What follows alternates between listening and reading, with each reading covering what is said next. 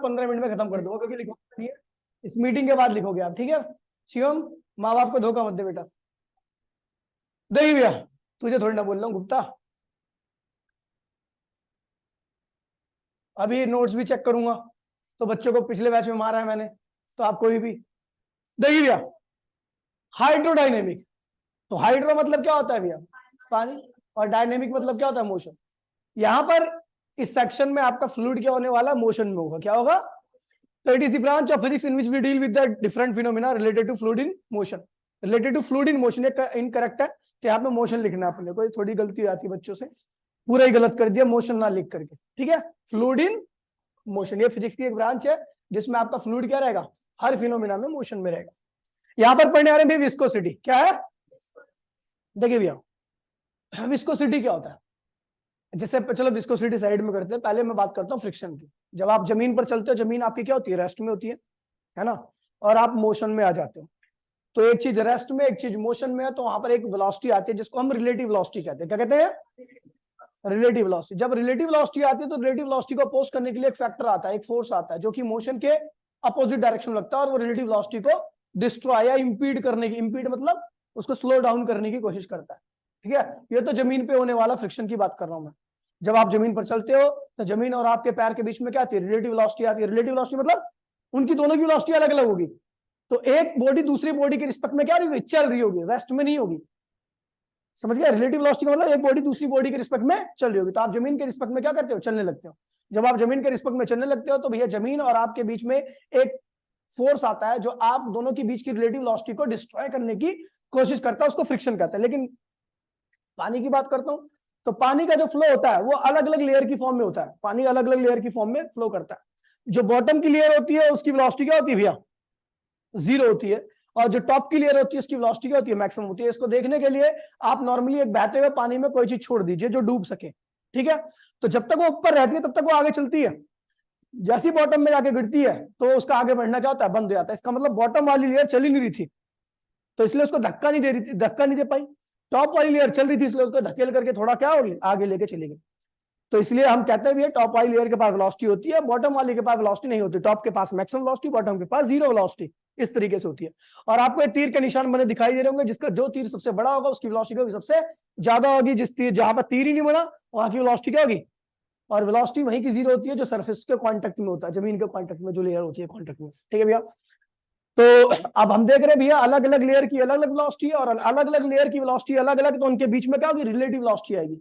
क्योंकि इस लेयर के रिस्पेक्ट में ये चल रही होगी, इस लेयर के रिस्पेक्ट में ये चल रही होगी, इस लेयर के रिस्पेक्ट में ये चल रहा होगा, इस लेयर के रिस्पेक्ट में ये लेयर चल रही होगी, इस लेयर के रिस्पेक्ट में ये लेयर चल रही होगी। यहाँ पर रिलेटिव वेलोसिटी है, रिलेटिव वेलोसिटी को अपोज करने के लिए एक फोर्स आता है जिसको हम जमीन पर तो फ्रिक्शन कहते हैं, लेकिन पानी में इसको विस्कस ड्रैग कहते हैं। क्या कहते हैं, विस्कस ड्रैग कहते हैं हम, ठीक है भैया। वो एफ लग, ये लग रहा है पीछे। ए और बी लेयर के बीच में रिलेटिव वेलोसिटी है, उसको अपोज करने के लिए एक फोर्स आया जिसकी डायरेक्शन क्या थी, इनकी वेलोसिटी के अपोजिट डायरेक्शन थी, ठीक है। और ये रिलेटिव वेलोसिटी को हमेशा क्या करता है, कम करने का प्रयास करता है। समझ गए। तो यहाँ पे देखिए लिखा हुआ viscosity is the property of fluid. क्या है भैया, विस्कोसिटी क्या होता है, फ्लूइड की प्रॉपर्टी होती है। कहां भी मेरे मार्कर, हाँ यहाँ पे लिखा हुआ आपका, ठीक है, ठीक है। Viscosity is the property of fluid, ठीक है भैया।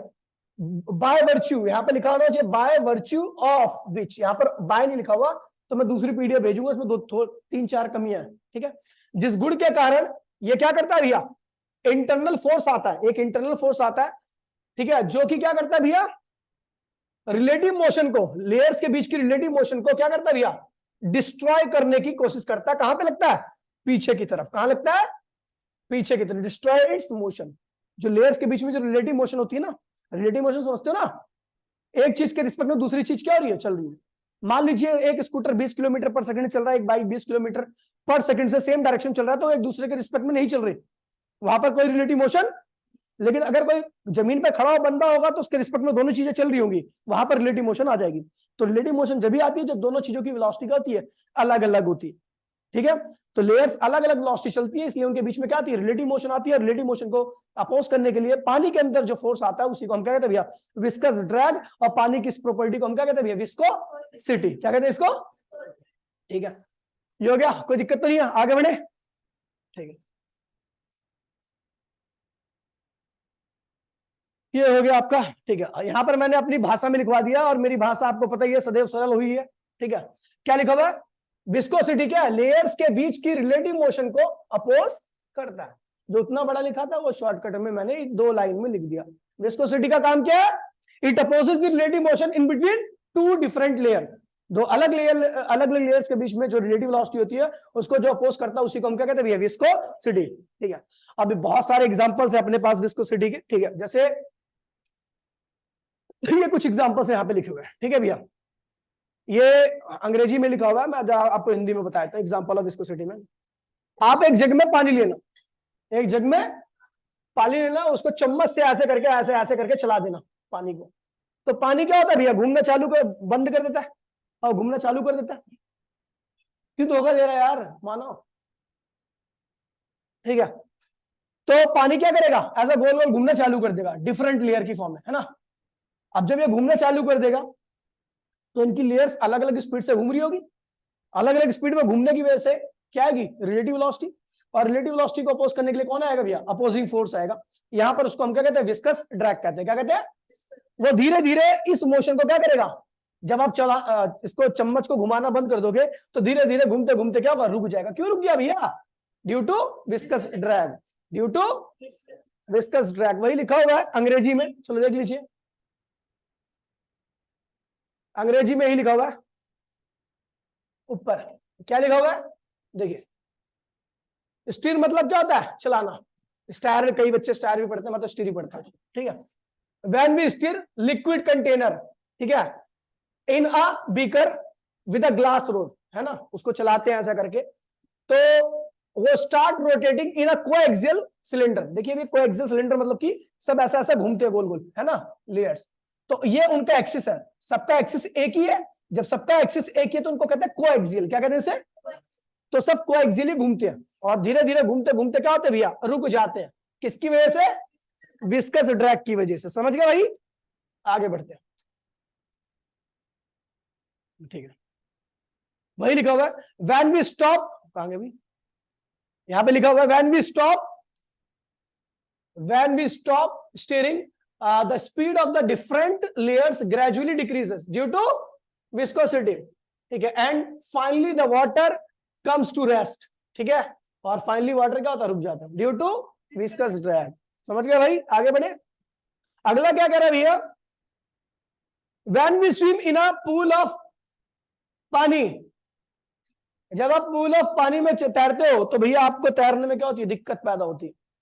क्यों? क्योंकि भैया पानी की विस्कोसिटी आपको आगे बढ़ने से रोकती है, ठीक है। समझ गए भैया? तो ये विस्कोसिटी का एक एग्जांपल है। अगला देखिए भैया क्या कह रहा है? कह रहे एक पाइप में भर दो, एग्जांपल नंबर कौन सा भैया? 3rd। एक पाइप में भर दो पानी और एक पाइप में भर दो हनी। एक पाइप में भर दो पानी और दूसरी पाइप में भर दो हनी। तो बताइए कौन तेज निकलेगा पाइप से? पानी, ड्यू टू लेस विस्कोसिटी। और हनी क्या होगा? स्लो निकलेगा ड्यू टू हाई विस्कोसिटी। उसको अपोज करने वाला फोर्स क्या होगा? उसकी मोशन को अपोज करने वाला फोर्स क्या होगा? ज्यादा होगा, इसलिए उसकी स्पीड क्या होगी? स्लो होगी। समझ गया? चलो आगे बढ़ते हैं और बात करते हैं अगले एग्जांपल की। Cloud particles. क्लाउड देखा आपने? बड़े स्लोली फ्लो करते हैं due to viscosity. Due to viscosity नहीं होती ना तो बड़ी तेज जाते हैं बादल, एकदम 10-15 किलोमीटर पर के हिसाब से, ठीक है। लेकिन बड़े स्लो स्पीड होती है। क्यों? विस्कोसिटी की वजह से। अगला कह रहा है भैया आप हवा में चल सकते हो। एग्जांपल नंबर 5 में देखिए। एग्जांपल नंबर 5 में कह रहा है कि भैया हम पानी में आसानी से नहीं चल पाते लेकिन हवा में आसानी से चल लेते हैं। हवा भी फ्लूइड है, पानी भी फ्लूइड है, लेकिन हवा में आसानी से इसलिए चल लेते हैं क्योंकि उसकी विस्कोसिटी क्या होती है? कम होती है। आपकी मोशन को अपोज करने के लिए फोर्स भी क्या आएगा? कम आएगा। और पानी की विस्कोसिटी क्या होती है? ज्यादा होती है। आपकी मोशन को अपोज करने के लिए ज्यादा विस्कस फोर्स आएगा। समझ गए? आगे बढ़ते हैं, फिर बात करते हैं भैया। हाँ, अब आया मेन चॉप, ठीक है, जो मेन है वो आया। ठीक है भैया, वो एग्जांपल सबको समझ में आ गए होंगे मेरे ख्याल से। आगे समझ में दिक्कत तो नहीं किसी को? देखिए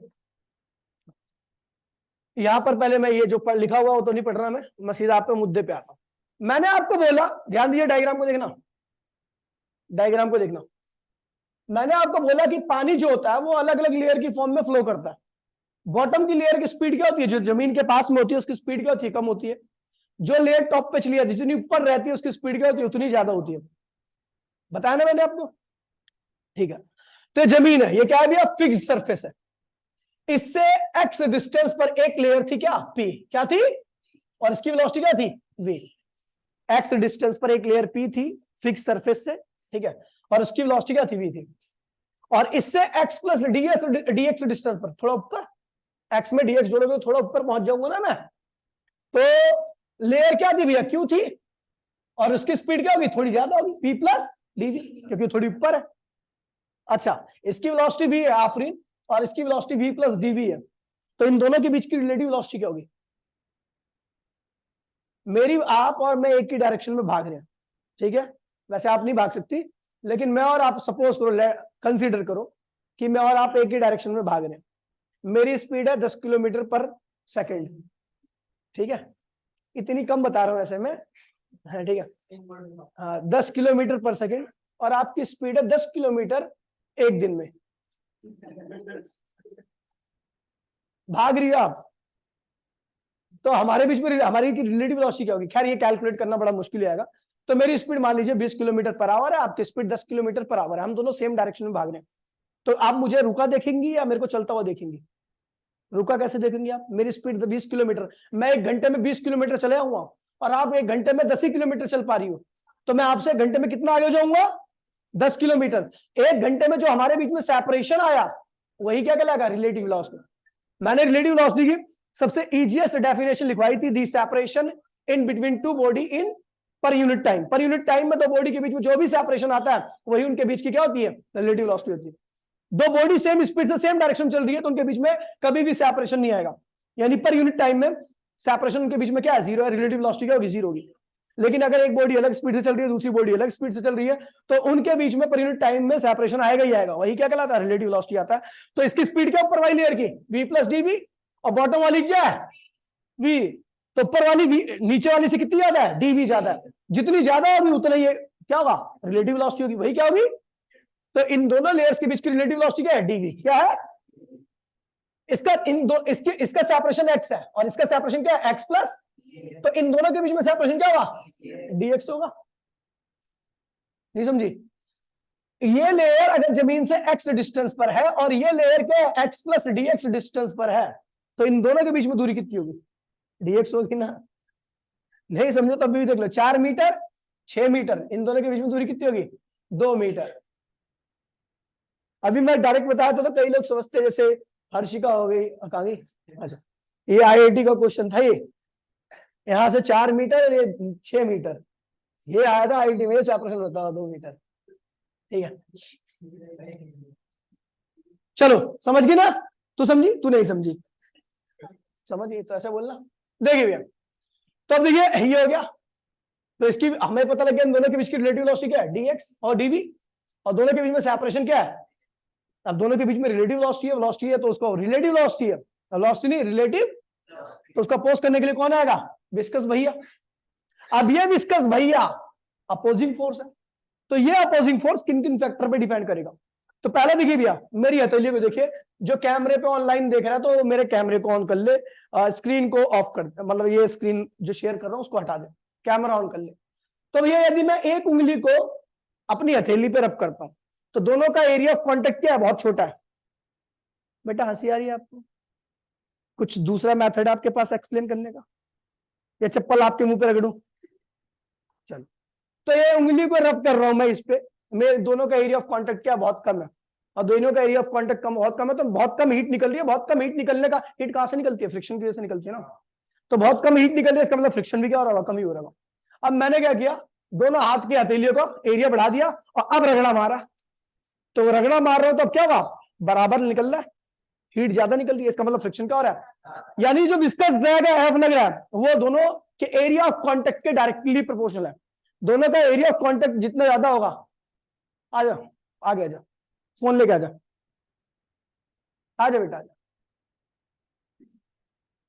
आ जा, तू दे दे मेरे को, फोन ही दे दे, वहां से फेंक दे मेरे को, कैच कर लूंगा। हमसे तेज चल रहा है, आंखों की चमक बता देती है कि तू क्या चला रहा है, कहीं छुपा ले तू। हाँ जी, हाँ, हंसी आ रही टाइम देख के। तुम मुझे देख रहा होता तो चल ठीक है, रख ले उसे, मत दे, बाद में देखो, ठीक है भैया। तो हमने देखा जब विस्कस ड्रैग है वो एरिया ऑफ कांटेक्ट के डायरेक्टली है, समझ गया। अब दूसरी बात है, मान लीजिए, सॉरी मैंने क्या बोला, एरिया ऑफ कांटेक्ट, ठीक है। अब मैंने क्या किया, इन दोनों को बड़े प्यार से ऐसे रब कराया, हीट कम निकल रही है, मतलब फ्रिक्शन क्या हो रहा है, कम हो रहा है, अपोजिंग फोर्स कम आ रहा है, ठीक है। अब मैंने क्या किया, जब ज्यादा ठंड लगती है तो मैं ऐसे करते हैं तेज से, इससे करने से क्या होता है, ज्यादा हीट निकल रही है, मतलब फ्रिक्शन क्या हो रहा है, इस केस में ज्यादा लग रहा है, अपोजिंग फोर्स क्या लग रहा है, यानी रिलेटिव वेलोसिटी के डायरेक्टली है। जितनी ज्यादा दोनों के बीच की रिलेटिव वेलोसिटी होगी उतना ही ज्यादा क्या आएगा, फ्रिक्शन फोर्स आएगा, अपोजिंग फोर्स आएगा। अगला, मैं इन दोनों को थोड़ी दूरी से एक दूसरे पे कर रहा हूं, तो भाई बड़ी कम हीट निकल रही है, बहुत कम हीट निकल रही है, मतलब बहुत कम फ्रिक्शन हो रहा है। लेकिन दोनों को एकदम सटा करके, एकदम सटा करके ऐसा करूं तो ज्यादा हीट निकल रही है, मतलब ज्यादा फ्रिक्शन हो रहा है। तो भैया ये फैक्टर से पता लग गया आपको। अब देखो वही मैं डिराइव कर रहा हूं, ठीक है। कह रहा भैया जो फ्रिक्शन है, फ्रिक्शन बोले तो विस्कस ड्रैग, पानी के फ्रिक्शन की बात कर रहा हूं मैं, तो वो किसके डायरेक्टली है, रिलेटिव वेलोसिटी, किसके डायरेक्टली है, रिलेटिव वेलोसिटी के भी, ठीक है। दोनों के बीच की रिलेटिव वेलोसिटी इतनी ज्यादा होगी, आपने देखा भैया हीट उतनी ज्यादा निकल रही है हथेली के बीच में, मतलब अपोजिंग फोर्स क्या लग रहा है, ज्यादा लग रहा है। दोनों का एरिया ऑफ कांटेक्ट, यहां पर गलती लिख दिया इसने, ये आपको सुधारना है। ए क्या है, एरिया ऑफ कांटेक्ट, ठीक है। जो दो लेयर है उनका एरिया ऑफ कांटेक्ट कितना ज्यादा है, अगर ये ज्यादा होगा, आपने देखा उंगली लगाई थी, कम हीट निकल रही थी, कम फ्रिक्शन था, दोनों हथेली लगा दी, एरिया बढ़ गया, ज्यादा फ्रिक्शन हुआ, ठीक है भैया, ज्यादा हीट निकली। तो एरिया ऑफ कांटेक्ट क्या होता है, डायरेक्टली होता है। दोनों के बीच में सेपरेशन डीएक्स क्या है, दोनों लेयर्स के बीच की दूरी, दोनों लेयर्स के बीच की दूरी अगर ज्यादा कर दी थी तो भैया कम हीट निकल रही थी, और कम कर दी तो ज्यादा हीट निकल रही थी, यानी फ्रिक्शन क्या हुआ इस केस में बढ़ गया। ये तीन रिलेशन आए, ये डीएक्स क्या है, separation in between, separation in between layer, ठीक है, लेयर्स के बीच का सेपरेशन। ये तीन इक्वेशन मिली मेरे को, और तीनों इक्वेशन को हमने क्या किया भैया, कंबाइन किया। क्या किया, कंबाइन किया। कंबाइन करने के बाद देखोगे भैया आपका तो ये आएगा, F is directly proportional to A dv upon में, क्या आ गया, ए डीवी अपॉन में डीएक्स। इस प्रोपोर्शन, समझ गया, जो ऊपर था उसको ऊपर लिखा है, जो नीचे लिखा है तो नीचे, और जो ऊपर था, है ना। अब इस प्रोपोर्शनलिटी साइन को हटाने के लिए हमने एक कांस्टेंट का इस्तेमाल किया, और उस कांस्टेंट का नाम था भैया, ये रहा अपना कांस्टेंट, ये रहा, ठीक है, प्रोपोर्शनलिटी कांस्टेंट। इसको कहते हैं भैया कोएफिशिएंट ऑफ विस्कोसिटी, ईटा। इस कांस्टेंट का नाम है ईटा, ठीक है। बाकी है क्या, कोएफिशिएंट ऑफ विस्कोसिटी। और coefficient of viscosity is different for different material, different at different temperature. अलग अलग टेम्परेचर पर एक ही मटेरियल के लिए क्या होती है, इसकी वैल्यू अलग अलग होती है। पानी को देख लो ना, डाल्डा देख लो, डाल्डा, डाल्डा एकदम गर्म कर दो, बड़ी आसानी से फ्लो करता है। डाल्डा देखा आपने, नहीं देखा होगा। पहले रथ देखा, रथ वाला घी आता है, ब्लू कलर की पन्नी में आता है, वनस्पति घी कहते हैं उसको। रथ रथ रथ करके देखिए, अब तो रिफाइंड में ये फॉर्च्यून वगैरह आ गया।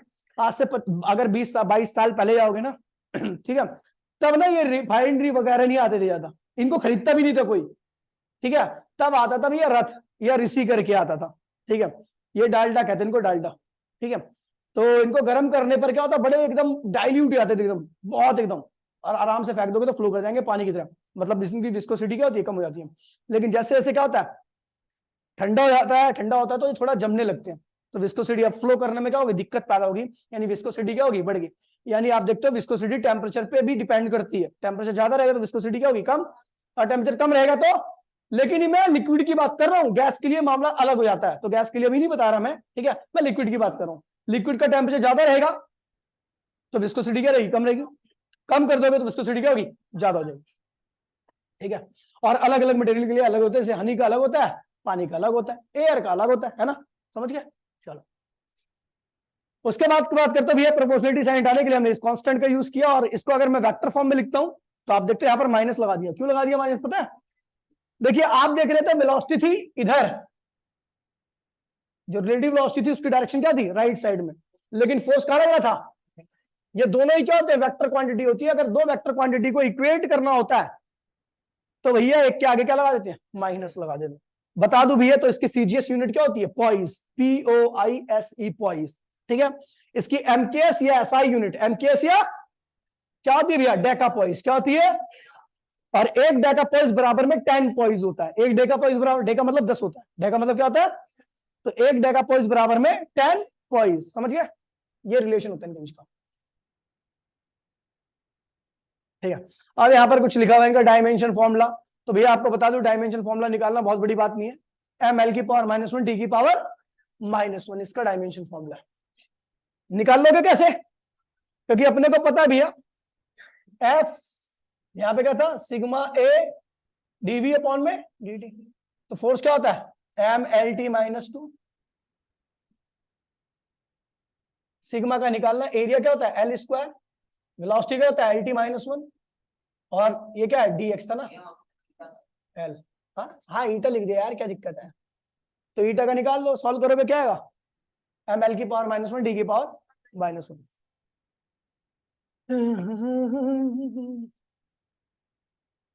ठीक है। और ये ध्यान रखो भैया बहुत इंपॉर्टेंट बात है कि viscosity like the friction, viscosity कैसी होती है, फ्रिक्शन कैसे होती है, फ्रिक्शन क्या करता है, काइनेटिक एनर्जी को हीट में कन्वर्ट करता है, ये भी क्या करता है, बिल्कुल सेम काम करता है, पानी की काइनेटिक एनर्जी को क्या करता है, हीट में कन्वर्ट कर देता है, समझ गए भैया। अगला कह रहा है भैया ऐसा ब्रह्मांड में कोई फ्लूइड ही नहीं है, ब्रह्मांड में ऐसा कोई फ्लूइड जिसके पास विस्कोसिटी ना हो, सब कुछ लेस विस्कस होते हैं, कुछ बहुत कम विस्कस होते हैं, लेकिन सबके पास कुछ ना कुछ विस्कोसिटी रहेगी ही रहेगी। कुछ ऐसे फ्लूइड है जिनकी विस्कोसिटी कम होती है, जैसे वाटर, अल्कोहल, ये सब क्या है बहुत कम विस्कोसिटी वाले होते हैं, मतलब इनको अगर ऐसा फेंक दोगे तो काफी तेजी से फ्लो करते हैं, ठीक है। लेकिन कुछ ऐसे होते हैं जो काफी ज्यादा विस्कस होते हैं, जैसे आपका, जैसे आप टारकोल कहते हो ना, टारकोल, वैसे कोल तार होता है वो, ठीक है। ब्लड हो गया, हनी हो गया, ये सब क्या है, ग्लिसरीन, ये सब क्या है, लार्ज विस्कस, जिनकी विस्कोसिटी क्या होती है, बहुत ज्यादा होती है, समझ गया। आगे बढ़ते हैं, एक क्वेश्चन है, बड़ा प्यारा सा क्वेश्चन है, एनसीईआरटी का ही है, ठीक है भैया, कुछ नहीं है इसमें। कह रहा भैया एक स्क्वायर है, क्या है, जिसके साइड क्या 10 सेंटीमीटर है, एरिया क्या होगा 100 सेंटीमीटर स्क्वायर, ठीक है। वो मूव कर रहे हैं, ठीक है, अनदर प्लेट, एक दूसरी प्लेट के ऊपर मूव कर रहा है, दूसरी मतलब नीचे वाली प्लेट क्या रेस्ट में, लेकिन जो दूसरी ऊपर वाली प्लेट है इसका एरिया दे रखा है ना, तो वो एरिया ऑफ कांटेक्ट क्या होगा, देखिए ध्यान दीजिए, ये एक बात बता दे रहा हूं, ये मेरे हथेली का एरिया मान लीजिए क्या है 200 मीटर, 200 सेंटीमीटर स्क्वायर, और मेरे फोन का एरिया क्या है 50 सेंटीमीटर स्क्वायर। अगर मैं इस फोन को यहां पे रख देता हूं तो एरिया ऑफ कांटेक्ट लेना कितना आपको, तो कम वाला 50 सेंटीमीटर स्क्वायर, क्योंकि कांटेक्ट क्या है 50 सेंटीमीटर से ही तो है ना, तो बड़े वाले का नहीं लेना आपको, छोटे वाले का ही लेना, एरिया ऑफ कांटेक्ट हमेशा छोटी वाली बॉडी का होगा। तो अपने को नीचे वाले प्लेट से कोई मतलब नहीं, उसका एरिया क्या है क्या नहीं है, अपने को किससे मतलब है, जो उसके ऊपर फ्लो कर रहा है, कितना भैया, उसका एरिया क्या है 100 सेंटीमीटर स्क्वायर। विस्कोसिटी कितनी दे रखी है 0.1 पॉइस, ठीक है।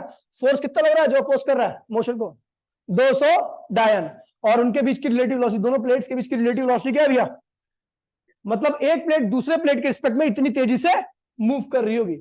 तो भैया पूछ क्या रहा है भैया, डीएक्स निकालो, क्या निकालो, डीएक्स निकालो, ये पूछ रहा है, तो निकाल लोगे, फॉर्मुला बेस्ड क्वेश्चन है, एनसीईआरटी का क्वेश्चन है, अच्छा क्वेश्चन है, आप सीबीएसई में आ गए तो आप शायद ना कर पाते, ठीक है। चलो चुप रहा साला, बक्कल तार दूंगा, बीच मत बोले कर, हाँ बोल बेटा, क्या, हाँ मतलब, अबे एरिया ऑफ कॉन्ट, क्या मतलब, अब हम मिनिमम एरिया लेते हैं, दो सरफेस मान ले, मैंने कहा 200 सेंटीमीटर स्क्वायर है, उसके ऊपर 50 सेंटीमीटर स्क्वायर है, तो उनका actual area of contact, contact मतलब जो कांटेक्ट में है, तो कितना कांटेक्ट में होगा, अच्छा वो फ्रिक्शन पे मत जाइयो, तो फ्रिक्शन में यार था जो मैंने बताया था, real apparent area, actual area, ये बात कर रहा है क्या तू, वो नहीं है, यहाँ पे जो बोल रखा है ये एरिया तेरे को लेना है, वो अलग बात कर रहा है, वो भी अपने हिसाब से ठीक बात कर रहा है। उसने पता क्या बोला, जैसे मैंने आपको फ्रिक्शन में युगान, मैंने फ्रिक्शन में बताया था आपको कि एपरेंट एरिया जो आपको दिखाई देता है वो काफी ज्यादा होता है एक्चुअली, लेकिन जो रियल एरिया होता है वो काफी कम होता है, तो इसकी बात कर रहा है ना, लेकिन हमें जो दे रखा वही करना है, ठीक है। तो एरिया ऑफ कांटेक्ट क्या था, वही था, ठीक है। अब यहाँ पर ये वाला क्वेश्चन ज्यादा अच्छा है, ये एनसीईआरटी का ये भी है, लेकिन अच्छा क्वेश्चन है, ये पीवाईक्यू का क्वेश्चन, ठीक है। खैर ये चलो, इतना लंबा क्वेश्चन क्या बताएं, कह रहा भैया पुलिस सिस्टम है, टेबल है, ठीक है, यहाँ पर इनने थोड़ी सी कमी कर रखी है, तो मैं इस कमी को दूर कर देता हूं, ये ब्लॉक है एक, ये आपका ब्लॉक है,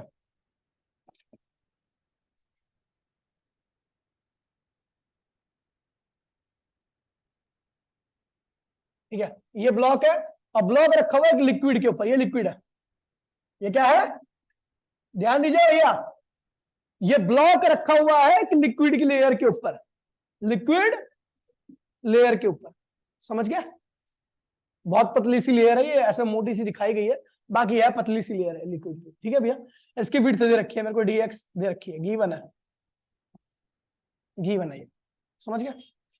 कह रहा भैया इसकी स्पीड, ब्लॉक की स्पीड जो दे रखी है ये भी गिवन है, क्या है ये, मतलब वेलोसिटी इसकी दे रखी है, गिवन है, लेकिन ये वेलोसिटी क्या है, कांस्टेंट है, क्या है ये, आपको अगर याद होगा गुप्ता, अगर कोई चीज कांस्टेंट वेलोसिटी चल रही है तो उसका मतलब क्या है, एक्सेलरेशन जीरो होगा, एक्सेलरेशन जीरो का मतलब क्या होता है, फोर्स नहीं लग रहा उसके ऊपर, अगर फोर्स लगे तो बॉडी एक्सेलरेट करेगी, मतलब कांस्टेंट स्पीड से नहीं चलेगी, लेकिन अगर बॉडी कांस्टेंट स्पीड चल रही है, स्पीड नहीं बदल रही है, तो इसका मतलब उसका एक्सेलरेशन क्या है, जीरो। यदि किसी बॉडी का एक्सेलरेशन जीरो होता है तो उसके ऊपर कोई फोर्स तो मतलब इसके ऊपर नेट फोर्स की वैल्यू क्या है, जीरो, नेट फोर्स जीरो, मतलब राइट का फोर्स बराबर में लेफ्ट का फोर्स, पीछे वाला फोर्स, पीछे कौन सा फोर्स लगेगा, विस्कस ड्रैग लगेगा, आपको पता होना चाहिए। अभी कह रहा है भैया ये पूरा एक रस्सी से नीचे यहाँ पर एक बॉब लगा हुआ, बॉब का मास अपने को गिवन है 0.01 kg मास है इसका, तो इसका वेट क्या होगा, 10 से मल्टीप्लाई कर दो, मास दे रखा ना, और 10 से मल्टीप्लाई करो तो क्या आएगा, वेट आएगा, समझ गया। अब कह रहा है ये भी इसी कांस्टेंट स्पीड से आ रहा है, इसकी स्पीड जो है ये भी क्या हो रहा है भैया, कांस्टेंट स्पीड से आ रहा है, गिवन है, और इसकी स्पीड क्या है, कांस्टेंट है, क्या है ये, कांस्टेंट है, तो इसके ऊपर भी नेट फोर्स क्या होगा, जीरो होगा। अब देखिए नेट फोर्स जीरो होने का मतलब है कि जितना नीचे फोर्स लग रहा है, कितना लग रहा है, 0.1, उतना ही क्या लग रहा होगा, ऊपर भी लग रहा होगा 0.1, क्योंकि इसकी स्पीड तो कांस्टेंट है, एक्सेलरेशन जीरो है ना, तो ऊपर वाला फोर्स नीचे वाला फोर्स बराबर में। आपको पता है टेंशन हमेशा किसमें आता है, पेयर में आता है, क्योंकि टेंशन मैंने आपको बता रखा है इंटरनल फोर्स होता है, क्या होता है, और इंटरनल फोर्स अगर 0.1 कहीं यहां से लग रहा है ऊपर की तरफ, तो इधर भी लगना चाहिए, इधर की तरफ, ठीक है, नेट फोर्स जीरो होता है, इंटरनल फोर्स। अगर किसी रस्सी पे भी टोटल इंटरनल फोर्स निकालोगे तो जीरो आएगा, सॉरी टोटल टेंशन निकालोगे, क्योंकि tension is the internal force होता है, क्या होता है, तो यहां पर कितना आ रहा है 0.1 न्यूटन, तो इधर भी क्या आ जाएगा, क्योंकि एक ही रस्सी है, एक रस्सी पर टेंशन की वैल्यू क्या होती है, सेम रहती है, ठीक है, तो इधर आ गया 0.1 न्यूटन। तो अपने को पता है इसके ऊपर भी नेट फोर्स क्या है, जीरो, तो अगर इधर 0.1 न्यूटन लग रहा है फोर्स, तो इधर भी क्या लगना चाहिए, तो अपने को पता लग गया पीछे लगने वाला फोर्स कितना है, 0.1 न्यूटन। सोचो कितना अच्छा क्वेश्चन था। यहां वाला फोर्स इसके बराबर कैसे पता, क्योंकि इसकी वेलोसिटी क्या कांस्टेंट है, एक्सेलरेशन जीरो है, तो इसके ऊपर नेट फोर्स क्या होगा, जीरो, यानी नीचे का फोर्स बराबर में, और यही टेंशन जो टेंशन यहां पे लग रहा है उतना टेंशन यहां पे लगेगी, रस्सी के एसिए में, तो ये वाला टेंशन बराबर में ये वाला, क्योंकि ये भी क्या कर रहा है, कांस्टेंट स्पीड से आ रहा है, ये भी क्या हो रहा है, ठीक है, ठीक है, समझ गया। तो अब करना क्या भी, अपने को पता लग गया कि इधर का जो फोर्स है वो इतना है, तो अपने को पता लग गया पीछे वाला फोर्स भी क्या चाहिए, 0.1 न्यूटन। अपने को ये भी पता है dx गिवन है, अपने को इसकी वेलोसिटी पता है dv गिवन है, ठीक है, अपने को एरिया ऑफ कांटेक्ट भी पता है, ये भी गिवन है, क्या है, गिवन है। अपने को जो लिक्विड नीचे पड़ा हुआ ना उसकी विस्कोसिटी निकालनी है, क्या निकालनी है, निकाल लोगे, सब कुछ गिवन तो ही, यहां से हमने ये निकाल लिया पीछे वाला फोर्स, तो F इक्वल्स में क्या होता है, सिग्मा a dv अपॉन में dt, तो dx, ठीक है, तो dv पता है, dx पता है, a पता है, f पता है, ईटा निकाल लिया, कर लोगे,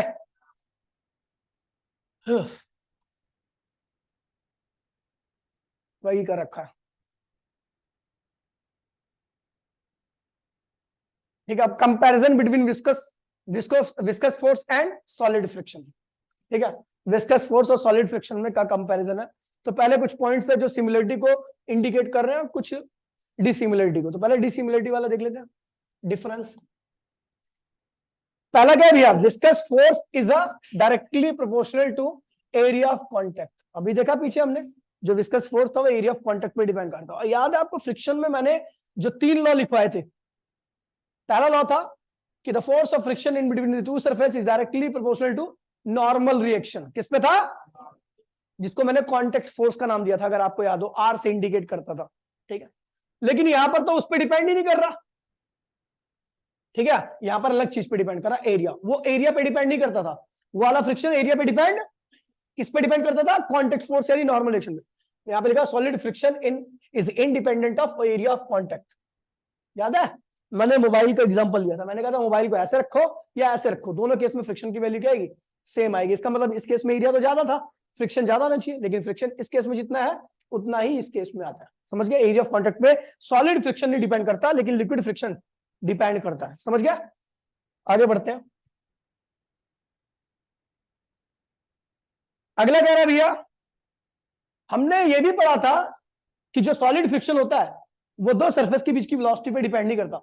आप कितना भी तेज भागो, फ्रिक्शन जो स्लो भागते वक्त था वही क्या था? तेज भागते वक्त। यानी जो सॉलिड फ्रिक्शन होता है वो वेलोसिटी पे डिपेंड, लेकिन हमने यहां पर पढ़ा जो फ्लूइड फ्रिक्शन है वो लेयर्स की वेलोसिटी पे, रिलेटिव वेलोसिटी पे डिपेंड कर रहा है। वहां पर रिलेटिव वेलोसिटी होनी चाहिए सॉलिड में, लेकिन ज्यादा है कम इससे मेरे को मतलब नहीं है। लेकिन यहां पर ज्यादा होगा तो रिलेटिव वेलोसिटी ज्यादा होगी तो क्या होगा? विस्कस ड्रैग ज्यादा आएगा। और अगर कम होगा, आप देखो ना पानी में हाथ धीमे चलाओगे तो आपका हाथ का स्लो अपोज करेगा, और हाथ को तेज चलाना तो पता लग जाएगा आपको, ज्यादा अपोज करेगा। ठीक है, आगे बढ़ते हैं। वही ऊपर वाली तीसरे पॉइंट में वही ऊपर वाला बोल दिया। ठीक है, ऊपर वाला बोल दिया। अब पॉइंट ऑफ सिमिलरिटी, कौन कौन से पॉइंट है सिमिलरिटी के? तो दोनों ही काइनेटिक एनर्जी को हीट एनर्जी में कन्वर्ट करते हैं। सॉलिड फ्रिक्शन में भी बॉडी की काइनेटिक एनर्जी हीट में कन्वर्ट होती थी, और फ्लूइड फ्रिक्शन में भी क्या होगा? बॉडी फ्लूइड की काइनेटिक क्या होती है? हीट में कन्वर्ट होगी। अगला कह रहा है भैया, और यही कह रहे हैं कि भैया दोनों ही कब आते हैं? जब बॉडी के बीच में रिलेटिव वेलोसिटी होती है। समझ गए? दोनों रेस्ट वाले, और जब पानी रेस्ट में आता है ना, वहां पर कोई विस्कोसिटी नहीं आती, कोई फ्रिक्शन नहीं लगता। ठीक है, ऐसे ही जमीन पर आप खड़े रहोगे तो कोई फ्रिक्शन नहीं लगेगा। जैसे आप मोशन में होते हैं, यानी पानी भी मोशन में आता है, वैसे ही क्या आता है? फ्रिक्शन आ जाता है। समझ गए भैया? पोज करने के लिए। अब both are due to molecular attraction. देखिए भैया, मॉलिक्यूलर अट्रैक्शन मैंने बताया था फ्रिक्शन आता क्यों है, तो मैंने बताया था जब एक सरफेस दूसरी सरफेस के ऊपर खड़ी रहती है तो उनके मॉलिक्यूल्स के बीच में क्या होती है? बॉन्डिंग हो जाती है। क्या होती है?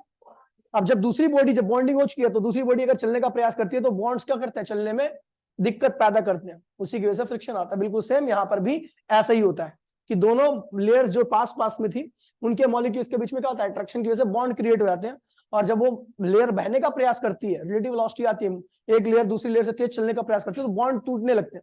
अब टूटेंगे बॉन्ड तो क्या होगा? चलने में क्या होगी? दिक्कत पैदा होगी। अभी आप चल रहे हो, आपके पैरों में मान लीजिए नीचे से गोंद आ गया, गोंद वाली जगह पे चले गए, वो चूहे देखा, वो चूहे ट्रैप, वो चूहे को ट्रैप करने वाली जो नेट आती है, तो जब जमीन पर कुछ नहीं होता, चूहा भागता दबा के, क्योंकि इधर कोई पकड़ने वाला नहीं है। लेकिन जैसे उस पर ट्रैप पे पहुंचता तो चूहा पहले भागता थोड़ी दूर तक, उसके बाद फिर क्या होता है? क्योंकि नीचे से ट्रैप हो रही है। मॉलिक्यूलर फोर्स क्या है? दोनों के बीच में ज्यादा हो गया। समझ गया भैया? तो ये था आज का थ्योरी का पार्ट। अगली क्लास में मैं पूरा चैप्टर करा दूंगा, मतलब परसों, और ये छुट्टी तक 18 तारीख रेगुलर कर दूंगा क्लास में, क्योंकि कल के बाद से माउंट की भी छुट्टी पड़ जाएगी। तो मिलते अगली क्लास में। जय हिंद, जय भारत।